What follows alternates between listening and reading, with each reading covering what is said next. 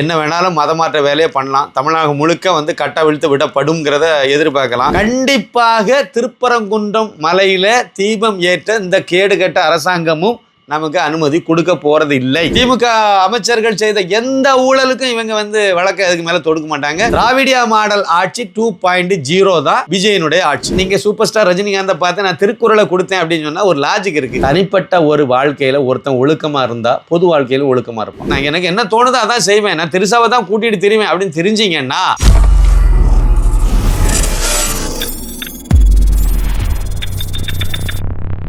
சாமானியன் குரல் தேசியவாதிகளுக்கு எனது பணிவான வணக்கம்.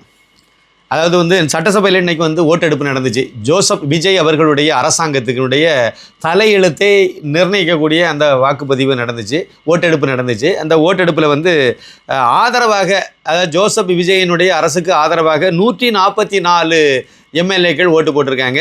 எதிராக திரு எடப்பாடி பழனிசாமி அவர்களுக்கு ஆதரவான 22 எம்எல்ஏக்கள் தான் ஓட்டு போட்டிருக்காங்க.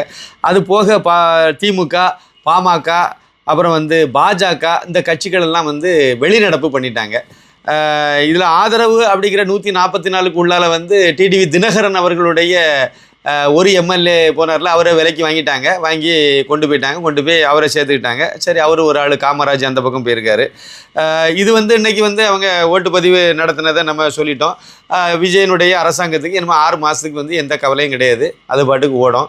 என்ன வேணாலும் மதமாற்ற வேலையை பண்ணலாம். தமிழகம் முழுக்க வந்து கட்டவிழ்த்து விடப்படும்ங்கிறத எதிர்பார்க்கலாம். ஆனால் சட்டசபையில் அவர் என்ன சொல்கிறாருன்னா, மதசார்பற்ற அரசாக தொடரும் அப்படிங்கிறாரு.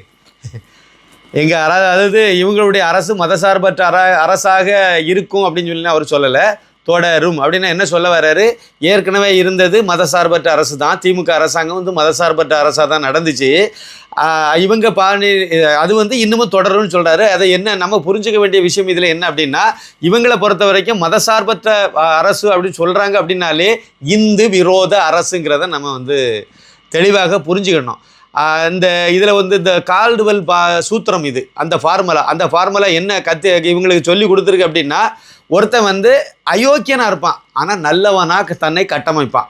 ஒருத்தன் வந்து நேர்மையாகவே இருக்க மாட்டான் ஆனால் நேர்மையானவன மாதிரி காட்டிக்குவான். ஒருத்தன் வந்து லஞ்சம் அதிலெல்லாம் புறையோடி போனவனாக இருப்பான். ரொம்ப ரொம்ப லஞ்சம் இதுக்கெல்லாம் அவனுக்கு பிடிக்கவே பிடிக்காதுங்கிற மாதிரி கட்டமைப்பாங்க. இதுதான் வந்து இந்த கால்டுவெல் சூத்திரம். அந்த அடிப்படையில் தான் இவங்க வந்து மதசார்பற்ற அரசாக தொடரும் அப்படின்னு சொல்லக்கூடிய ஜோசப் விஜய் இன்னைக்கு வந்து சட்டசபையில் பேசியிருக்காரு, முழங்கியிருக்காரு. அப்படின்னா இது வந்து நமக்கு இந்துக்களுக்கு வேட்டு வைக்கக்கூடிய ஒரு அரசாக இருக்கும். கண்டிப்பாக திருப்பரங்குன்றம் மலையில் தீபம் ஏற்ற இந்த கேடுகட்ட அரசாங்கமும் நமக்கு அனுமதி கொடுக்க போகிறது இல்லை. இந்துடா படத்திற்கு உதவ QR கோடை பயன்படுத்திடுங்க. 2 ஜிபே நம்பர் இருக்குது, ஃபோன்பே நம்பரும் அதுதான். தாராளமாக அது மூலமாக நீங்கள் அனுப்பலாம். ஏதாவது உங்களுக்கு சிரமம் இருந்தால் அதுக்கு நீங்கள் கால் பண்ணி கேட்டுக்கலாம். இதுவரைக்கும் நீங்கள் இந்துடா படத்தை பார்க்கலன்னா அந்த லிங்கை கிளிக் பண்ணி தாராளமாக நீங்கள் பார்க்கணும், மற்றவங்களுக்கும் பகிரணும்னு நான் கேட்டுக்கிறேன். நன்றி, வணக்கம். கண்டிப்பாக இந்த நகைகளை உருக்கிறத விசாரணை வச்சு அதில் சேகர் பாபுல இருந்து அதில் சம்மந்தப்பட்டவெல்லாம் பிடிச்சி உள்ளே போடுவாங்கன்னு நம்ம எதிர்பார்த்தோம். குறைஞ்சபட்சம் இவங்க வந்து கோவில் நகைகளை கடந்த திராவிடியா மாடல் அரசாங்கம் உருக்குன மாதிரி உருக்காமலாவது இருப்பாங்களா அப்படிங்கிறதே கேள்விக்குறி தான். அதெல்லாம் கண்டிப்பாக செய்ய மாட்டாங்க. நிச்சயமாக இவங்க வந்து அதே அரசை அப்படியே தான் தொடரும். அதாவது முந்தைய அரசின் திட்டங்கள் தொடரும்னு அறிவிச்சிருக்காரு. அதில் முந்தைய அரசுனா திமுக அரசினுடைய திட்டங்கள் என்ன திட்டங்கள்லாம் முக்கியமானது என்னெல்லாம் இருக்கும்னு நினைக்கிறீங்க? புதிய கல்விக் கொள்கையை நடைமுறைப்படுத்த மாட்டாங்க. அப்போ ஏழை பாழைகளுக்கு தரமான கல்விங்கிறது மண்ணவாரி போட்டுருவாங்க. நவோதய பள்ளிகள் தமிழ்நாட்டில் வரவே வராது. அது வந்துச்சுன்னா இந்தியா முழுக்க இருக்குது. பாண்டிச்சேரியிலே 4 பள்ளிக்கூடம் இருக்குது. அதாவது இதில் காலாப்பட்டில் ஒன்று இருக்குது, சின்ன காலாப்பட்டில் ஒரு பள்ளிக்கூடம் இருக்குது, நவோதய பள்ளிக்கூடம் இருக்குது. காரைக்காலில் ஒன்று இருக்குது, ஏனாமில் ஒன்று இருக்குது, மாகையில் ஒன்று இருக்குது. 4 பள்ளிக்கூடம் பாண்டிச்சேரி இந்த சின்ன ஸ்டேட்லேயே இருக்குது. கேரளாவில் 11 ஏதோ இருக்குது நவோதய பள்ளிகள். அதே மாதிரி மாவட்டத்துக்கு 1ங்கிறது தான் அதனுடைய இலக்கு. தமிழ்நாட்டை இப்போ கொடுத்தீங்கன்னா எப்படி பார்த்தாலும் ஒரு 36-37 கல்வி நிறுவனங்கள் நமக்கு கிடைக்கும். 28 ஏக்கர் இடம் மட்டும்தான் மாநில அரசு கொடுக்கணும். 28 ஏக்கர் நிலம் மட்டும் கொடுக்கணும். பாக்கி எல்லாம் கட்டுமானம் பண்ணி கட்டடம் கட்டுறது, அதுக்குள்ள இன்ஃப்ராஸ்ட்ரக்சர், அதுக்குள்ள தேவையான பொருட்கள், அது லேபுக்குள்ளது எல்லாம் மத்திய அரசாங்கம் கொடுத்துரும்.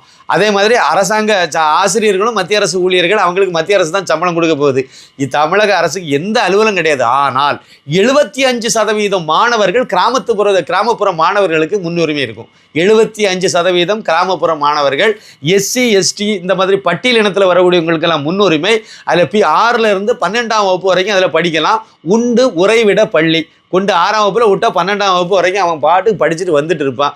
பெண் குழந்தைகளுக்கு முன்னுரிமை இதில், பட்டியலினத்துக்கு முன்னுரிமை நான் ஏற்கனவே சொல்லிட்டேன். இதில் ஃபீஸ் எவ்வளோ இருக்குன்னு நினைக்கிறீங்க? 150 ரூபா, 200 ரூபா, 500 ரூபா, 1500 ரூபா. அதிகபட்சமாக ஃபீஸே 1500 ரூபா, 2000 ரூபாய்க்கு உள்ளன்னு வச்சுருங்க.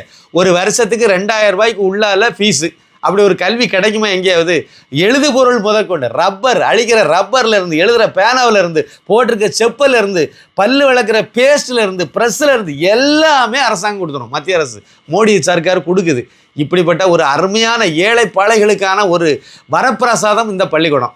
இந்தியா முழுக்க எல்லா இடமும் இருக்குது, எல்லா மாநிலத்திலும் இருக்குது. தமிழ்நாட்டில் மட்டும் இந்த கேடு கட்ட அந்த திராவிட மாடல் அரசாங்கம் அதை தொடர்ந்து அந்த வஞ்சனை பண்ணி இங்கே வர விடாமல் ஆக்கி வச்சிருக்கு. ஜோசப் விஜயனுடைய அரசாங்கமும் இதைத்தான் செய்யும் அப்படிங்கிறத நம்ம 100% நம்பலாம். அதே மாதிரி நீங்கள் தமிழகத்தில் மது ஒழிப்புங்கிறத நான் நேற்றுக்கே சொன்னேன், கண்டிப்பாக நடைமுறைக்கு வராது. நாடகம் மட்டும்தான் அரங்கேறிட்டே இருக்கும். ஏற்கனவே நாடக அரசு தானே கடந்த அரசாங்கம், அதே அரசாங்கம் இதுவும் அவங்க அதே மாதிரி நாடகத்தை தான் இவங்க அரங்கேற்றுவாங்க. ஏன்னா தெளிவாக தான் சட்டசபையில் சொல்லிட்டாங்கல்ல, எங்கள் கூட்டணியில் வெற்றி பெற்ற, யார் அந்த சின்னவர் பேசுகிறாரு, எங்கள் கூட்டணியில் வெற்றி பெற்றவர்களின் ஆதரவோடு நீங்கள் இன்றைக்கி ஆட்சி அமைக்கிறீங்க, முதல்வர் இருக்கீங்க, அதனால் எங்கள் மேலே எந்த வழக்கம் போடக்கூடாது. அதனால் அர்த்தம் திமுக அமைச்சர்கள் செய்த எந்த ஊழலுக்கும் இவங்க வழக்கை அதுக்கு மேலே தொடுக்க மாட்டாங்க. அது நடக்கவே நடக்காது. திராவிடியா மாடல் ஆட்சி 2.0 தான் விஜயனுடைய ஆட்சி, அப்படி நம்ம எடுத்துக்கலாம். இது தவிர வேறு ஒன்றுமே இல்லை இவங்க பண்ண மாட்டாங்க. இந்த இடத்துல கூடுதலாக ஒரு சில விஷயத்த சொல்லணும். சட்டசபையில் நேற்றுக்கு நடந்த விஷயத்த நம்ம சொல்லணும். முக்கியமாக சபாநாயகர் அவருடைய பேர் ஜேசிடி பிரபாகர், கரெக்டு தானே? ஜேசிடி பிரபாகர் எம்ஜிஆர் காலத்திலிருந்து அதிமுக. இவர் எம்எல்ஏ ஆனது அதிமுக மூலமாக தான் இதுவரைக்கும் அவருக்கு பேர் ஜேசிடி பிரபாகர். அப்போ இவர் ஒரு இந்துக்காரருங்கிற மாதிரி வெளியே ஒரு மோசடி. பேர் இந்து பேராக இருக்கும், ஆனால் ஆள் கிறிஸ்தவராக இருப்பார். பேர் வன்னியரசு, ஆனால் அந்த புண்ணாக்கு கிறிஸ்தவர். தனி தொகுதியில் நின்று போட்டிட்டு வந்திருக்கார். திண்டிவனம் தனி தொகுதியில் போட்டிட்டு வந்திருக்காரு. அரசாங்கம் என்ன கேலி கூத்து பாருங்கண்ணா. தனி தொகுதியில் இந்துக்காரன் மட்டும்தான் போட்டியிட முடியும். ஆனால் இந்து ஆதி திராவிடன்னு ஒரு போர்ஜரியான ஒரு சர்டிஃபிகேட்டை வச்சு அதை அரசாங்கத்தை ஏமாற்றி, தேர்தல் கமிஷனை ஏமாற்றி, அதுக்கு வெற்றி பெற்று சட்டசபையில் ஒருத்தர் துணிச்சலாக ஒருத்தர் சட்டசபையில் உட்கார்ந்துருக்காரு அப்படின்னா என்ன புரியலை. அதுதான் சட்டத்தினுடைய ஓட்டையை பயன்படுத்தி இந்த மாதிரிலாம் கேடுகட்ட வேலையெல்லாம் செய்துட்டு அம்பேத்கர் சட்டத்தை தான் இழிவுபடுத்துகிறாங்க, அதை தான் அவமதிக்கிறாங்க. ஆனால் இவங்க யோக்கியன்னு கொண்டாடிட்டு இருக்காங்க. திருமாவளவன் கும்பல் இதே வேலையை தான் செய்யுது. இப்போ ஜேசிடி பிரபாகருக்கு வாங்க, இவர் இவ்வளோ நாளை இந்துக்காரன் மாதிரி காணிச்சிட்டு அந்த பேரை வச்சு அப்போ அவருக்கு ஓட்டு போட்ட மக்கள் நிறைய பேர் அவர் இந்துக்காரன்னு நினச்சிருப்பாங்க. ஏன்னா இந்துக்களுக்கு தானே விழிப்புணர்வு இல்லை, நம்ம ஆட்களுக்கு தான் விழிப்புணர்வு சுத்தமாக இல்லையே. அப்போ எல்லாரும் அவரும் இந்துக்காரன் நினச்சிட்டே இருந்திருப்பார். சரியா? அவருக்கு உண்மையான பேர் என்னது? John Christine Devaram Prabhakar. திண்டுக்கல்லை பூர்வீகமாக கொண்டவர். ஜான் கிறிஸ்டின் தேவாரம் பிரபாகர், இதுதான் அவருடைய ஒரிஜினல் பேர். இந்த பேர் எப்போ வெளியே தெரிந்தால் நேற்றுக்கு தான் வெளியே தெரியுது, அவங்க சொல்லும்போது தான் வெளியே தெரியுது. சரி, சட்டசபைக்கு வளாகத்துக்கு வந்த உடனே வேலை அவர் என்ன பார்த்துருக்காருன்னா, அங்கே ஒரு சர்ச் இருக்குது, அந்த சர்ச்சில் உள்ள சிலுவையை போய் கட்டி பிடிச்சி முத்தம் கொடுத்து எனக்கு இந்த சபாநாயகர் பதவி கிடைக்க காரணமாக இருந்த பிதாவேன்னு சொல்லி அவருக்கு மத சம்பிரதாயப்படி எல்லாமே கும்பிட்டுக்கிட்டு அதோடு அவர் போயிருந்தால் பரவாயில்ல. நான் சூப்பர் ஸ்டார் ரஜினிகாந்தை பார்த்தேன், பார்க்கும்போது நான் இப்போ பைபிள் தான் அவருக்கு நான் கொடுத்தேன் அப்படின்னு. அப்போது மத வெறியினுடைய உச்சமாக தானே ஒருத்தன் இருக்கான்னு புரிஞ்சுக்கிடலாம்ல. நினைச்சு பாருங்க. அதாவது நீங்கள் சூப்பர் ஸ்டார் ரஜினிகாந்தை பார்த்து நான் திருக்குறளை கொடுத்தேன் அப்படின்னு சொன்னால் ஒரு லாஜிக் இருக்குது. இல்லைனா நான் பெரிய புராணத்தை கொடுத்தேன், இல்லை வேறு ஏதாவது ஒரு புக்கை கொடுத்தேன். தமிழ் இலக்கியத்தில் ஏகப்பட்ட புக்கு இருக்குது, ஆனால் நீங்கள் ஏன் மத நூலை கொடுக்குறீங்க? அப்போ உங்களுக்கு உள்நோக்கமே ஒரு மத வெறின்னு இருக்குல்ல. எம்ஜிஆர் காலத்தில் இந்த மத வெறியை வெளியே காணிக்கலை. செல்வி ஜெயலலிதா அந்த அம்மா காலத்துலேயே இந்த மதவெறி கும்பல்களெல்லாம் அடக்கி ஒடுக்கிட்டு வாழ வச்சுட்டு இருந்தாங்க. ஆனால் இப்போ ஜோசப் விஜயே முதலமைச்சர் அப்படிங்கிறதுனால தைரியமாக சொல்கிறாங்க, சந்தோஷப்படுவார். வேறு என்ன, இதை சொன்னால் சந்தோஷப்படுவார் அப்படிங்கிறனால அவங்க தெளிவாக இதை செய்கிறாருங்கிறத நம்ம புரிஞ்சுக்கணும். அப்புறம் சபையில் சபாநாயகராக தேர்வு செய்யப்பட்டார். சபாநாயகருடைய இருக்கையில் ஆசனத்தில் போய் அமர்ந்தார். சபை நாயகர் தாங்க, முதலமைச்சருக்கெல்லாம் மேலே புரோட்டோக்கால் படி இருக்குது சபாநாயகர் தான். அவருடைய ஆசனத்தில் அவர் உட்கார்ந்தார். முதல்ல அவர் எடுத்து வாசித்ததே பைபிள் வசனம் தான். முதல்ல அவர் எடுத்து சொன்னதே பைபிள் வசனத்தை தான் சொன்னார். இது இது மொத்தமாக விஜய்க்கு ஓட்டு போட்ட இந்துக்காரங்க கொஞ்சம் யோசிக்கணும். ஒரு மாற்றம் வேணும்னு எதிர்பார்த்து ஓட்டு போட்டிருக்கீங்க. நான் ஓட்டு போடல, வெளிப்படையாக நான் சும்மா அந்த பொய்யெல்லாம் சொல்ல மாட்டேன், நான் ஓட்டு போடல. ஓட்டு போட்ட இந்துக்கள் கண்டிப்பாக யோசிக்கணும். அதாவது வந்து நாம் வந்து ஒரு நல்ல மாற்றம் வரும்னு எதிர்பார்த்து தான் ஓட்டு போட்டோம். அவர் விஜய் வந்து ஒரு நல்ல நடிகர்னு சொல்லி தான் முன்னாடி படமெல்லாம் பார்த்தோம். அது நானும் பார்த்துருக்கேன். படமெல்லாம் பார்த்தோம், கொண்டாடினோம். அவர் கிறிஸ்தவன் நினச்சி நம்ம படம் பார்க்கல. ஒரு கிறிஸ்தவ மத வெறியன்னு நினச்சி நம்ம படம் பார்க்கல. அவர் ஒரு கிறிஸ்தவனாக வெறியனாக தான் இருப்பார்னு நினச்சிட்டு யாரும் ஓட்டு போடல. அவர் ஒரு நடுநிலைமையான ஒரு இந்துக்களுக்கும் பொதுவான ஒருத்தராக இருப்பார் அப்படின்னு சொல்லி தான் ஓட்டு போட்டாங்க. 2021 இதே கதை தான். அதாவது வந்து ஸ்டாலின் வந்து முதலமைச்சர் வேட்பாளராக முதல் முறையாக நிற்கிறாரு. ஏற்று நிற்கிறது எடப்பாடி பழனிசாமி. அப்புறம் நாம் தமிழர் சீமான், அது வந்து பெரிய அளவில் இல்லை. அதே மாதிரி வந்து உலகநாயகன் நின்று, அதுவும் ஒரு பெரிய அளவில் இல்லை. அப்போ வந்து ரெண்டு பேர் தான் சாய்ஸு. ஒன்று வந்து எடப்பாடி பழனிசாமி, இன்னொன்று வந்து ஸ்டாலின். அப்போ மக்கள் மத்தியில், இந்துக்கள் மத்தியில் ஒரு கேள்வி, விஜய், அதாவது இவர் ஸ்டாலின் வந்து அவங்க அப்பா இருந்த காலத்திலேயே வந்து விநாயகர் சதுர்த்தி எல்லாம் சொன்னார் ட்விட்டரில். அப்போ சொன்ன பிறகு அவங்க அப்பா அவர் கருணாநிதி எல்லாம் சொல்லி எடுத்து அப்புறம் திருப்பி அதை அட்மின் மேலே பழிய போட்டு அதை எடுத்துட்டாங்க. ஆனாலும் அவர் மனசில் போடணும்னு தோணுச்சுல்ல. அப்போ இவர் போட்டிருக்காருல, அப்போ போட்டால் நான் கூட அப்படி தாங்க நம்பினேன். அப்போ அதனால் இவர் முதலமைச்சர் ஆனார்னா கண்டிப்பாக இவர் வந்து எல்லா மதத்துக்கும் பொதுவான ஆளாக இருப்பார். கண்டிப்பாக இந்து மதத்துக்கு விரோதமாக எதுவும் செய்ய மாட்டார். தீபாவளி, கிறிஸ்தும, பொங்கல் வாழ்த்தெல்லாம் இவர் சொல்ல ஆரம்பிப்பார். தீபாவளிக்கு பொங்கல் வாழ்த்து சொல்லிடுவாங்க, தீபாவளி வாழ்த்து சொல்லுவார். தீபாவளி, தமிழ் புத்தாண்டு, இதுக்கெல்லாம் வாழ்த்து சொல்ல மாட்டாங்க. அதெல்லாம் சொல்லுவார் என்ன பண்ணி நான் எதிர்பார்த்தேன். சொல்லுவார், இணக்கமாக இருப்பார்னு பார்த்தேன். வார்த்தை மட்டும்தான் நாங்கள் எல்லோருக்கும் பொதுவான ஆட்சி, எல்லோருக்கும். நான் முதல் சொன்ன பார்த்தீங்களா, கால்டுவெல், இவளுக்கு குருநாதரே அவர் தான். அந்த கேடு கெட்டவன் வந்து வெள்ளைக்காரன் வந்து இதை தான் கற்பித்து கொடுத்துட்டு போனான். எப்படின்னா அவனால் வந்து அதாவது சொல்கிறது வந்து நாங்கள் எல்லாத்துக்கும் பொதுவானவன்னு சொல்லி காண்டிக்கணும். ஆனால் வந்து நடைமுறையில் எதிராக இந்து விரோதமாக பண்ணணும். இதுதான் அந்த இது சொல்கிறது வந்து நேர்மையானவன் யோக்கியனி காணிக்கணும், நடைமுறையில் அயோக்கியனாக வாழணும். இப்படி தான் அந்த ஃபார்முலா போகும். அந்த இன்னும் நிறைய இருக்குது அவருக்கு ஃபார்முலா சூத்திரத்தில்.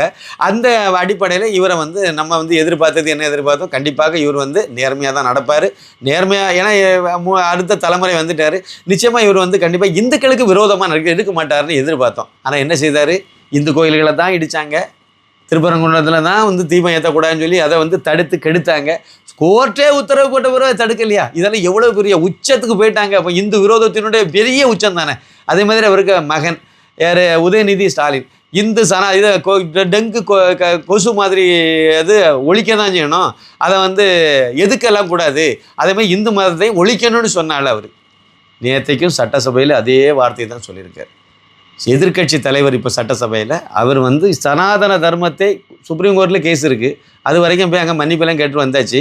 பழையபடி சனாதன தர்மத்தை ஒழிப்பேன் அப்படிங்கிறது தெளிவாக பயன்படுத்துகிறார். நான் ஒரு ப்ரௌடு கிறிஸ்டின் அப்படிங்கிறதையும் அவர் தெளிவாக டிக்ளேர் பண்ணிட்டார். நான் ஒரு கிறிஸ்தவ பெண்ணை திருமணம் செய்தேன், காதலித்து திருமணம் செய்தேன், அதுலேருந்து நான் கிறிஸ்தவன், ப்ரௌடு கிறிஸ்டின், அதையும் அவர் ஏற்கனவே டிக்ளேர் பண்ணிட்டார். அந்த ப்ரௌடு கிறிஸ்டின் தான் இந்து மதத்தை அழிப்பேனுங்கிறார் சட்டசபையில். அதனால் உதயநிதிக்கு ஓட்டு போட்ட, இல்லை திமுகவுக்கு ஓட்டு போட்ட ஒவ்வொரு இந்துக்களும் கொஞ்சம் இந்த இடத்த வந்து கொஞ்சம் கனிவோடு பரிசீலனை பண்ணுங்கள். நம்முடைய அடுத்த தலைமுறை, வரக்கூடிய தலைமுறை இந்துவாக இருக்கணும்னா நாம் கொஞ்சம் இதெல்லாம் கவனத்தில் வச்சுருந்தா தான் நம்ம வந்து வருங்காலத்தில் நம்முடைய சந்ததிகளாவது இந்துக்களாக இருக்க முடியுங்கிறத இந்த இடத்துல நம்ம யோசிக்க வேண்டியிருக்கு. இப்போ பாயிண்ட்டுக்கு வாங்க. சபாநாயகர் முதல்ல எடுப்பிலே வந்து அவன் ஒரு தெளிவான ஒரு கிறிஸ்தவ, வெறி பிடிச்ச ஒரு கிறிஸ்தவர் அப்படிங்கிறத நமக்கு எல்லாத்துக்கும் வெளிப்படையாக சொல்லிட்டாரு. சொல்லி உணர்வும் வச்சுட்டார். இதுக்கு முன்னாடி அப்பாவும் இதே மாதிரி தான் பண்ணார்.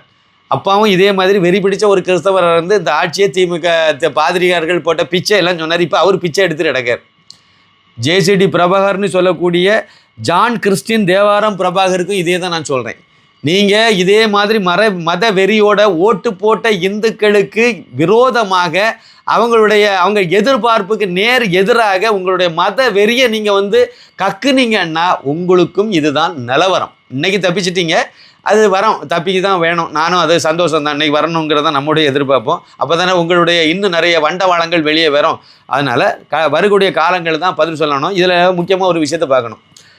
இந்த ஜேசிடி பிரபாகர் லயோலா காலேஜ் தயாரிப்பு, முதலமைச்சர் ஜோசப் விஜய் லயோலா காலேஜ் தயாரிப்பு, எதிர்க்கட்சி தலைவர், இப்போ இன்றைய எதிர்க்கட்சி தலைவர் அந்த உதவாக்கரை உதயநிதி ஸ்டாலின் லயோலா காலேஜ் தயாரிப்பு, எல்லாமே லயோலா காலேஜிலேருந்து தான் உற்பத்தியாகி வந்தவங்க தான். இவங்ககிட்ட நம்ம என்ன எதிர்பார்க்க முடியும்? இந்து மதத்தை இவங்கெல்லாம் கொண்டாடுவாங்க, இல்லைனா இந்துக்களுக்கு விரோதமாக எதுவும் செய்ய மாட்டாங்கன்னு எதாவது எதிர்பார்க்க முடியுமா? கண்டிப்பாக வாய்ப்பே இல்லை. தொடக்கமே வந்து ரொம்ப வேதனையான தொடக்கமாக இருக்குது. இதை நம்ம கொஞ்சம் கனிவோட இந்துக்கள் எல்லாம் பரிசீலனை பண்ணணும். ஏன்னா இன்னொரு சின்ன விஷயத்தையும் நான் இந்த இடத்துல சொன்னால் உங்களுக்கு நல்லா இருக்கும். அதுக்கு முன்னாடி நான் ஒரு கோரிக்கை உங்களுக்கு வைக்கிறேன். இந்துடா திரைப்படத்தை இது வரைக்கும் பார்க்கலன்னா அவசியம் பாருங்கள், கட்டாயம் பாருங்கள், பார்க்காம விட்டுறாதுங்க. பார்க்காதவங்க பாருங்கள், பார்த்தவங்க மற்றவங்கள பார்க்க சொல்லுங்கள், கண்டிப்பாக பார்க்க சொல்லுங்கள். ஒரு 10 நிமிஷம் பாருங்கள், அது பிறகு உங்களுக்கே தெரியும்னு சொல்லலாம். இதில் வந்து இன்றைக்கு உள்ள நிலவரப்படி, இன்றைக்கு காலையில் உள்ள நிலவரப்படி இது வரைக்கும் நிறைய நல்ல உள்ளங்கள் வந்து இதுக்கு ரூபா கொடுத்து இது வரைக்கும் உள்ளதில் 15 லட்சத்தை அது கிராஸ் பண்ணியிருக்கு. ஒரு பெரிய அச்சீவ்மெண்ட்டாக தான் நான் பார்க்குறேன். நம்ம ஒரு 1 கோடி ரூபா வரைக்கும் எதிர்பார்த்தோம். கிட்டத்தட்ட 85 லட்சம் ரூபாய் நம்ம செலவு பண்ணியிருக்கோம். இதுக்கு பல்வேறு நூற்றுக்கணக்கான பேர் நிதி பங்களிப்பு பண்ணி தான் அதை செய்தோம். அவங்களுக்கெல்லாம் பணம் திருப்பி கொடுக்கணும்னு சொல்லி தான் கோரிக்கை வச்சு, என் கோரிக்கையை ஏற்று பல்வேறு நபர்கள் வந்து கிட்டத்தட்ட அந்த 10 ரூபாயிலிருந்து ஆரம்பித்து 50,000 60,000 அந்த லெவலுக்கெல்லாம் வந்து கொடுத்துருக்காங்க. நிறைய பேர் 10,000 அந்த மாதிரிலாம் 10,000 5,000 அவங்களால முடிஞ்ச வாலண்டரி கான்ட்ரிபியூஷனை வந்து நமக்கு கொடுத்துட்டு இருக்காங்க. நீங்கள் கண்டிப்பாக எனக்கு அது உதவணும் அப்படிங்கிற, ஏன்னா அடுத்தடுத்து வேலைகள் நிறைய செய்ய வேண்டியது இருக்குது. அது கண்டிப்பாக உங்களுடைய உதவியை நான் எதிர்பார்க்குறேன். உங்களால் முடிஞ்ச நிதியை நீங்கள் எனக்கு தந்து உதவணும். இது 2 ஜிபே நம்பர் தரேன். 9094239666. இன்னொரு நம்பர் வந்து 9092345641. QR கோடு நம்பரை நான் இதில் கொடுத்துருக்கேன். இந்த கீழே பார்த்தீங்கன்னா லிங்க் இருக்கும். இது வரைக்கும் பார்க்காதவங்க தயவு செஞ்சு அந்த லிங்கை கிளிக் பண்ணி படத்தை அவசியம் நீங்கள் பார்க்கணும். இதை ஒரு கோரிக்கையாக நான் வந்து உங்களுக்கு வைக்கிறேன். அவசியம் நீங்கள் இதை உதவணும்னு எதிர்பார்க்குறேன். இப்போ விஷயத்துக்கு வரேன். இப்போ வந்து நம்ம ஜோசப் விஜயை பற்றி நான் வந்து கூடுதலாக ஒரு விஷயம் சொல்லணும். உங்கள் எல்லாருமே பார்த்துருப்பீங்க. என்னை பொறுத்த வரைக்கும் தனிப்பட்ட ஒரு வாழ்க்கையில் ஒருத்தன் ஒழுக்கமாக இருந்தால் பொது வாழ்க்கையில் ஒழுக்கமாக இருப்பான். தனிப்பட்ட வாழ்க்கை, அவன் குடிக்கிற பழக்கம் வந்து தனிப்பட்ட பழக்கம், அதனால அதுக்கு நமக்கு பிரச்சனை இல்லை அப்படின்னு நினைக்கிறது தப்புன்னு நான் சொல்லுவேன். அதாவது தனிப்பட்ட வாழ்க்கையில் மனைவி மக்கள் வீட்டுக்கு துரோகம் பண்ணிவிட்டு அவங்களெல்லாம் ஒதுக்கி வச்சுக்கிட்டு இன்னொருத்தையை அவங்கள டைவர்ஸ் பண்ணி என்ன அனுப்பலை. அதே நேரத்தில் இன்னும் ஒரு திரிசா கூடல வாழ்க்கையை நடத்துகிற இதெல்லாம் சட்டத்துக்கு புறமானது. இந்த லிவிங் டுகெதர் கான்செப்ட் வந்து தமிழ் கலாச்சாரத்துக்கே எதிரானது. நீங்கள் வந்து முறைப்படி மனைவியை வந்து கல்யாணம் பண்ண மனைவியை டைவர்ஸ் பண்ணி வெட்டி விட்டுட்டு அதுக்கு பிறகு நான் திரிசாவை முறைப்படி கல்யாணம் பண்ணிவிட்டு அது பிறகு வாழ்கிறேன்னா கூட ஒரு சின்ன லாஜிக்கு ஏற்றுக்கலாம். ஏதோ ஒரு மனமுழைவு அப்படின்னு எடுத்துக்கலாம். அதுவும் 2 குழந்தைகளை வந்து அனாதையை விடுறதெல்லாம் எந்த பெற்றவனும் வந்து நல்லா இருக்க மாட்டான். அது அப்படி தான் நான் சொல்லுவேன். அது வந்து என்ன இது, அது சரியாக கிடையாது. அது ஏற்றுக்க முடியாது. நம்முடைய இந்திய கலாச்சாரப்படி அது வந்து நம்மளால் ஏற்படும். வெஸ்டர்ன் கலாச்சாரத்தில் நீங்கள் என்ன வேணாலும் மண்ணை வாரி போடலாம். இந்திய கலாச்சாரப்படி வந்து அது வந்து நம்மளால் வந்து ஜீரணிக்க முடியல, ஏற்றுக்க முடியலை. அதில் வந்து அதெல்லாம் அவருடைய பர்சனல் அப்படி சொல்லக்கூடிய அந்த மேதாவிகளுக்கு நமக்கும் அந்த கருத்தில் நமக்கு ஒத்து போக முடியலை. நம்மளால் அதை ஜீரணிக்கவும் முடியலை. கருணாநிதியும் இதே வேலை தான். 3 பொண்டாட்டியை கட்டிக்கிட்டு முதலமைச்சர். ஆனால் வந்து ஊர் பூதா அதை நியாயப்படுத்தியே பேசிட்டு தெரிஞ்சார். அதிகாரப்பூர்வமானது, அதுக்கு தாண்டி இருக்கிறது வேற கதை. இப்படிப்பட்ட ஒரு வாழ்க்கை. அதேமாதிரி திருமணம் கடந்த உறவுங்கிறத நியாயப்படுத்துறது, இப்படி தான் இதையும் கொண்டு வராங்க. தவறு. முதல்ல விஜய் செய்ய வேண்டியது, அவரிடம் இல்லை, இப்போ விட்டுட்டாரா இல்லைன்னு எனக்கு தெரியாது, மது பழக்கத்தை விடணும். நீங்கள் எங்களுக்கு தமிழகத்தையே உங்களுக்கு ஓட்டு போட்டவங்க போடாதவங்க எல்லாத்தையும் சேர்த்து தான் நீங்கள் தலைவர், நீங்கள் வழிகாட்டியாக வழி நடத்த போகிறீங்க. முதல்ல நீங்கள் ஒழுக்கமாக இருக்கணும். கண்டிப்பாக மது பழக்கத்தை நீங்கள் விடணும். அப்போ தான் முன்னோடின்னு சொல்ல முடியும். நீங்கள் வேறு ஒரு நடிகர், நிறைய பேர் உங்களை பின்தொடர்ந்து வரக்கூடியவங்க, அவங்களுக்கெல்லாம் வழிகாட்டியாக இருக்கீங்க. நீங்கள் ஒரு குடிகாரனாக இருந்துட்டு மற்றவனை குடிக்காதுன்னு சொன்னால் அது கேலி கூத்தா இருக்காதா? நான் வெளிநாட்டு மது தான் குடிக்கேன், அதனால் எனக்கு உடம்பு ஒன்றும் ஆகாதுன்னு சொன்னால் இது அதை விட கேவலமாக இருக்காதா? தப்பு. முதல்ல நீங்கள் செய்ய வேண்டியது வந்து மதுவை கட்டாயம் நீங்கள் விடணும், பொண்டாட்டி பிள்ளையோட வாழணும். இது வந்து நீங்கள் கோரிக்கைன்னு எடுத்தாலும் சரி தான், இல்லைன்னா நீங்கள் எப்படி வேணால் எடுத்துகிட்டு போங்க. அதுதான் தமிழ் கலாச்சாரம். தமிழ் கலாச்சாரப்படி நீங்கள் வாழ்கிறவங்களாக இருந்தால் கண்டிப்பாக பொண்டாட்டி பிள்ளை கூட வாழ்கிறத பற்றி பரிசீலனை பண்ணுங்கள். பிள்ளைகள் முகத்துக்காவது நீங்கள் வந்து பொண்டாட்டி கூட நீங்கள் சேர்ந்து வாழ்கிறது தான் சரியாக இருக்கும். அவங்களும் இலங்கை தமிழர், அது ஒரு முக்கியமான விஷயம். அவங்க ஒன்றும் இந்திய தமிழர்கள் நம்ம தமிழ்நாட்டில் உள்ள ஆளும் கிடையாது. லண்டனில் வாழ்ந்தாலும் அது பெரிய பிஸ்னஸு, கோடீஸ்வரர் எல்லாம் சரி தான். ஆனால் அவங்க வந்து இலங்கையிலேருந்து அவங்க குடிபெயர்ந்து அங்கே போய் வாழக்கூடியவங்க. இது வந்து ஒட்டுமொத்த இலங்கை தமிழர்களையும் அவமதிக்கிற செயலாக தான் நான் பார்க்குறேன். நீங்கள் இந்த உயரத்துக்கு வந்து நீங்கள் முதலமைச்சர் நாற்காலியில் உட்காந்துட்டீங்க, ஆனால் உங்கள் குடும்பத்தை திரும்பி பார்க்கும்போது எல்லாரும் உங்களை காரி துப்புற மாதிரியான ஒரு வாழ்க்கையை நீங்கள் வந்து முன்னுதாரணமாக எடுத்துகிட்டு போகிறீங்க. தவறான முன்னுதாரணமாக அமையுது. அதனால் தயவு செஞ்சு இதை கொஞ்சம் யோசிங்க. ஏதோ உங்களோட கண்டிப்பாக நான் வயசில் மூத்தவன் தான், அந்த அடிப்படையில் கூட நீங்கள் யோசிக்கலாம். குடும்ப வாழ்க்கையிலேயே நீங்கள் வந்து குடும்பத்தையே வழிநடத்த துப்புக்கட்ட ஒருத்தரால் தமிழகத்தை எப்படி வழிநடத்த முடியும் அப்படின்னு சொல்லி ஒரு கேள்விக்கு நீங்கள் வந்து பதில் ஆகாதுங்க. அதுக்கு இலக்காகிறது சரியாக இருக்காது. இதை உங்களுக்கு முன்னாடியே யாராவது பல பேர் சொல்லியிருப்பாங்க. அதேமாதிரி திரிசாவை கூட்டிகிட்டு தெரியறதை எதுவும் நல்லது கிடையாது. தெரிஞ்சிங்கன்னா உங்கள் விருப்பம், நான் இப்படி தான் இருப்பேன்னு சொல்லிட்டு அடமெண்ட்டாக எனக்கு என்ன தோணுதோ அதான் செய்வேன், நான் திரிசாவை தான் கூட்டிகிட்டு திரிவேன் அப்படின்னு தெரிஞ்சிங்கன்னா இது வந்து கருணாநிதி காலம் இல்லை, அண்ணாமலை காலம். கொஞ்சம் மைண்டில் வச்சுடுங்க. அடுத்த வாய்ப்பு திருப்பி கிடைக்குமானே உங்களுக்கு கேள்விக்குறியாயிரும். நீங்கள் நான் வந்து ஏன்னா எடுத்த எடுப்புலேயே நீங்கள் கிறிஸ்தவ மத வெறியன் அப்படிங்கிறத உங்களுடைய ட்ரெஸ் கோடில் இருந்து ஆரம்பித்து எதுவுமே வந்து நம்ம கலாச்சார ரீதியானதாக இல்லை. எல்லாமே எதிராக பண்ணிவிட்டு நெத்தியில் ஒரு பொட்டையும் வச்சுக்கிட்டு கையில் ஒரு கயிறையும் கட்டிட்டா எல்லாரும் இந்துக்காரனும் ஏமாந்துரும் அப்படின்னு சொல்லி நினைக்காதுங்க. அப்படிலாம் கிடையாது. ஏதோ உங்களுக்கு ஓட்டு போட்டு ஒரு வாய்ப்பை கொடுத்துருக்காங்க. 100க்கு 80, என்னுடைய கணக்குப்படி 100க்கு 85% பேர், அதுக்கு அதிகமான பேர் இந்துக்களாக உள்ள ஒரு மாநிலம். இந்த மாநிலத்தில் நீங்கள் வந்து உங்களுடைய கிறிஸ்தவ மத வெறியெல்லாம் காணிக்கிறது தப்பு. உங்களுடைய தாத்தாவே இந்துக்காரனாக தான் இருந்திருக்கார். சேனாபதி இந்துக்காரன் தான். அப்போ இவர் இந்துக்காரன் வம்சத்தில் தான் வந்திருக்கேன். நீங்களும் ஒன்றும் அமெரிக்காக்காரனுக்கோ இல்லைனா இங்கிலாந்துக்காரனுக்கோ பிறந்தவங்க கிடையாது. இங்கே உள்ள ஒரு இதுதான். அவர் என்ன வழிபாட்டு கலாச்சாரத்தை பின்பற்றுறதோ அதை நீங்கள் பின்பற்றுறது தான் முறையானதாகவும் சரியானதாகவும் இருக்குங்கிறது தான் என்னுடைய இது. அதே மாதிரி நீங்கள் நேற்றுக்கு சட்டசபையில் உங்களுடைய எதிர்க்கட்சி தலைவர் சனாதன தர்மத்தை ஒழிப்போம்னு சொல்லும்போது நீங்கள் அதை கும்பிட்டு வரவே இருக்கீங்க. இதெல்லாம் வந்து கேவலமான விஷயம். இது வந்து ஒட்டுமொத்த இந்துக்களையும் அவமதிக்கிற செயல். ஏற்கனவே சனாதன தர்மத்தை ஒழிப்பேன்னு சொன்ன உதயநிதி ஸ்டாலினுடைய அப்பா என்ன ஆனார், கூம்பில் ஏற்றி வச்சுருக்காங்க. நாங்கள் வந்து குளத்தூர் தொகுதியில் அதை பண்ணோம் இதை பண்ணோம் அதனால் வெற்றி பெறுவோம் அப்படிங்கிறதெல்லாம் கிடையாது. நீங்கள் நடக்கிற நடவடிக்கை சரியில்லைன்னு தூக்கி விட்ருவாங்க, அவ்வளோதான். நான் இதெல்லாம் செய்தேன் அதனால் அந்த மக்கள் எனக்கு தான் ஓட்டு போடுவாங்க, அந்த கதையே ஆகாது. இந்துக்காரனை அவ்வளோத்தையும் அவமதிச்சுட்டு அவ்வளோ நகையும் உருக்கிக்கிட்டு அவ்வளோ கேடுகட்ட வேலையும் பார்த்துக்கிட்டு எல்லாம் பண்ணிட்டு கடைசியாக இந்துக்காரன் ஓட்டம் போடுவான்னு நம்புறது எந்த வகையில் இருக்கும்? ஏற்கனவே இந்த இதுக்கு பனிஷ்மெண்ட் கொடுத்தாச்சு. நல்ல வேளை தப்பி பிழைச்சி நீங்கள் வந்து உதயநிதி வந்து எம்எல்ஏ வந்துருங்க. அதுவே போராடி தான் நீங்களே வந்தீங்க, ஞாபகத்தில் வச்சுருங்க. இதுக்கு மேலே இதை தான் பண்ணுவேன்னா பண்ணிட்டு போங்க, என்ன எக்கெடுங்கட்டு நாசமாக போங்க. இதே கருத்தை தான் நான் வந்து திரு ஜோசப் விஜய் அவர்களுக்கு நான் சொல்கிறேன். கலாச்சாரத்தை நீங்கள் மீறாமல் வாழ்ந்து நல்லபடியாக நல்ல ஆட்சி கொடுக்கணுங்கிறது என்னுடைய எதிர்பார்ப்பு. ஒருவேளை நீங்கள் ஆனால் தொடக்கமே உங்களுக்கு சரியில்லாமல் போகுது, பரிசீலனை பண்ணி நல்ல எது சரி எது தப்புங்கிறத நீங்கள் பார்த்து செய்தீங்கன்னா நல்லா இருக்கும். இல்லையா உங்கள் தலையில் நீங்களே மண்ணாவாரி போட்டு மாற மாதிரி இருக்கும். இதுதான் என்னுடைய கருத்து. இந்துடா படத்திற்கு உதவ QR கோடை பயன்படுத்திடுங்க. 2 ஜிபே நம்பர் இருக்குது, ஃபோன்பே நம்பரும் அதுதான். தாராளமாக அது மூலமாக நீங்கள் அனுப்பலாம். ஏதாவது உங்களுக்கு சிரமம் இருந்தால் அதுக்கு நீங்கள் கால் பண்ணி கேட்டுக்கலாம். இது வரைக்கும் நீங்கள் இந்துடா படத்தை பார்க்கலன்னா அந்த லிங்கை கிளிக் பண்ணி தாராளமாக நீங்கள் பார்க்கணும், மற்றவங்களுக்கும் பகிரணும்னு நான் கேட்டுக்கிறேன். நன்றி, வணக்கம்.